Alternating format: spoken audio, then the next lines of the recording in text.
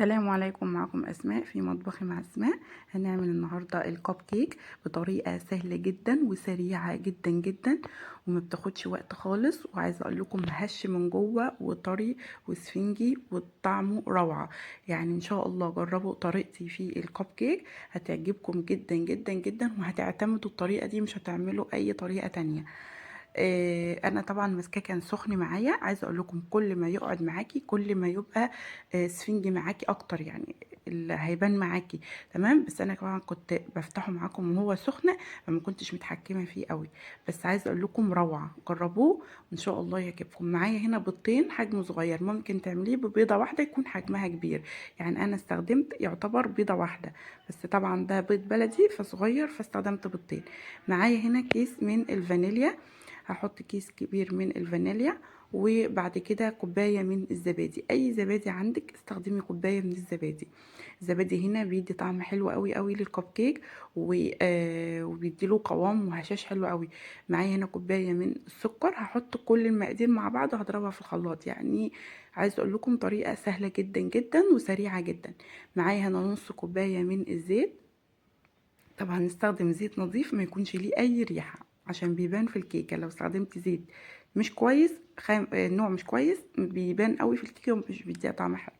هضرب بقى السكر مع الزيت مع الفانيليا مع البيض كويس قوي في الخلاط لمده دقيقتين 3 كده لحد لما البيض يدوب معايا، لونه يفتح معايا وفي نفس الوقت السكر يدوب معاكي.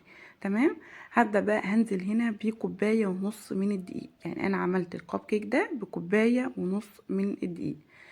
هحط عليهم باكو من البيكنج باودر، يعني معلقه كبيره من البيكنج باودر، وهبدا بقى هضربهم في الخلاط على سرعه هاديه. تمام، هضربهم في الخلاط على سرعه هاديه عشان الدقيق ما يطرطش معاكي زي ما انتم شايفين كده. انا عاملاه على سرعه هاديه.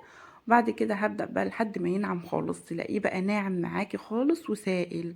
هنجيب معلقه دلوقتي وهنختبره، هتلاقيه سائل معاكي وبيعمل خيوط كده معاكي. كده بقى انا وصلت للقوام المظبوط.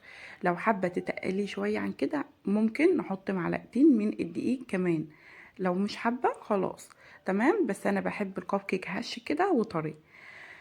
هبدا بقى هنا معايا القالب بتاع الكب كيك، هحط فيه الاطباق بتاعته، وهبدا ان انا هحط الكب كيك. طبعا لازما نملى اقل حاجه نص الكب كيك معايا، نص الورقه معايا. بدخله بقى على الرف اللي في النص على السلك كده، على درجه حراره 180. بولع المروحة عشان توزع درجة الحرارة جوه. لو مش عندك مروحة بتولعي الفرن عادي، واخر 5 دقايق بنولع الشواية. ولعت المروحة معايا بتوزع درجة الحرارة، بياخد حوالي نص ساعة او 25 دقيقة.